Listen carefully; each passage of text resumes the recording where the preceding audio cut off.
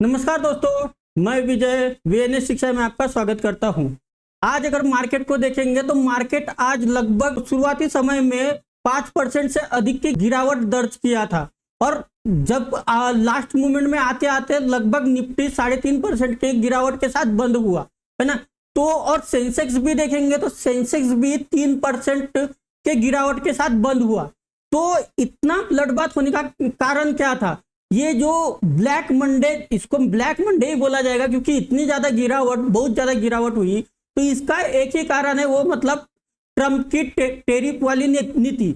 अब अगर ये ट्रम्प की टेरिफ नीति जो चल रही है उसकी वजह से क्या हो रहा है कि मार्केट में अनसर्टेनिटी बहुत बढ़ रही है और लोग घबराए हुए हैं और लोग घबराने की वजह से यहाँ पर ज्यादातर सेल ऑफ हो रहा है ना।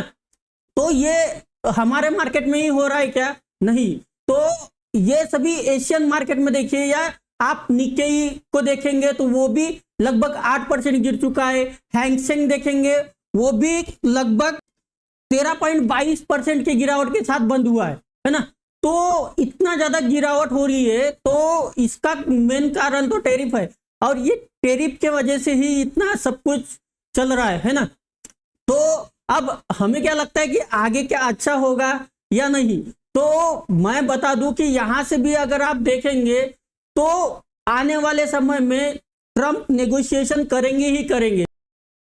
नमस्कार। और अभी ट्रम्प के भाषण में सुनने में भी आया है कि ट्रम्प बोल रहे हैं कि हमारे पास 50 से ज्यादा कंट्री है जो हमारे साथ नेगोशिएशन करने के लिए तैयार है। तो आपको ये बात समझना जरूरी है कि अगर ट्रम्प इस नीति के साथ रेगुलर चलते हैं तो यहाँ पर अमेरिका को भी नुकसान है और ट्रम्प नहीं चाहेंगे कि आगे चल के ये जो अमेरिका है, अमेरिका को भी बहुत ज्यादा महंगाई का सामना करना पड़े।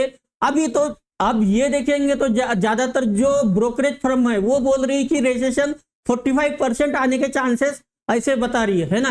तो रिसेशन भी आने के चांसेस बता रही है। तो यहाँ पर अगर देखेंगे तो ट्रम्प यहाँ पर नेगोशिएशन जरूर करेंगे, है ना। तो ट्रम्प जब नेगोशिएशन करेंगे तो ये मार्केट थोड़ा सा रिकवर हो सकता है, लेकिन अब इसको रिकवरी होने में ट्रम्प कब नेगोशिएशन करते और आने वाला 2 दिन के बाद समझेगा कि जो नया टेरिफ और लगाने की सोच रहे हैं वो टेरिफ कैसा होता है ना।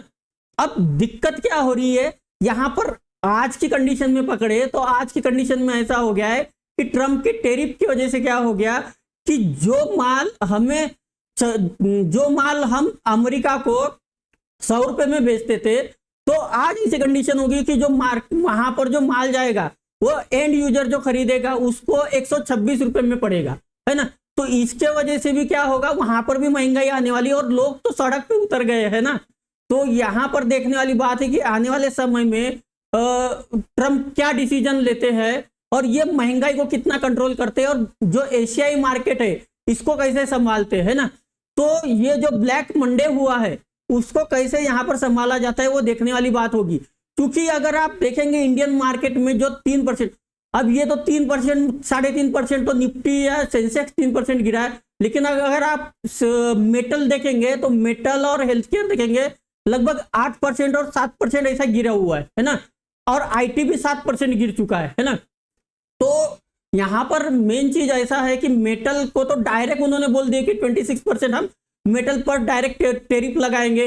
और आईटी और हेल्थ केयर का कैसा है, तो आईटी का सबसे ज्यादा व्यापार हमारा अमेरिका या यूरोपियन कंट्री से ही होता है। अगर वहां से अगर हमारा ये टेरिफ की वजह से वहां पर हमारा जो सर्विस सेक्टर है वो महंगा पड़ेगा तो वहां पर भी लोग जो कंज्यूम करने वाले वो भी थोड़ा सा सोचेंगे और वहां पर डिमांड थोड़ी सी कम हो जाएगी और कंपनियां भी इस बारे में आईटी सर्विसेज लेने के लिए 10 बार सोचेगी, है ना।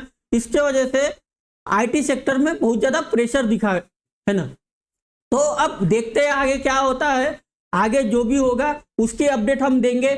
लेकिन ये बात तो कंफर्म है कि आने वाले कुछ दिनों में ये मई या जून में रिकवर होने के चांसेस है।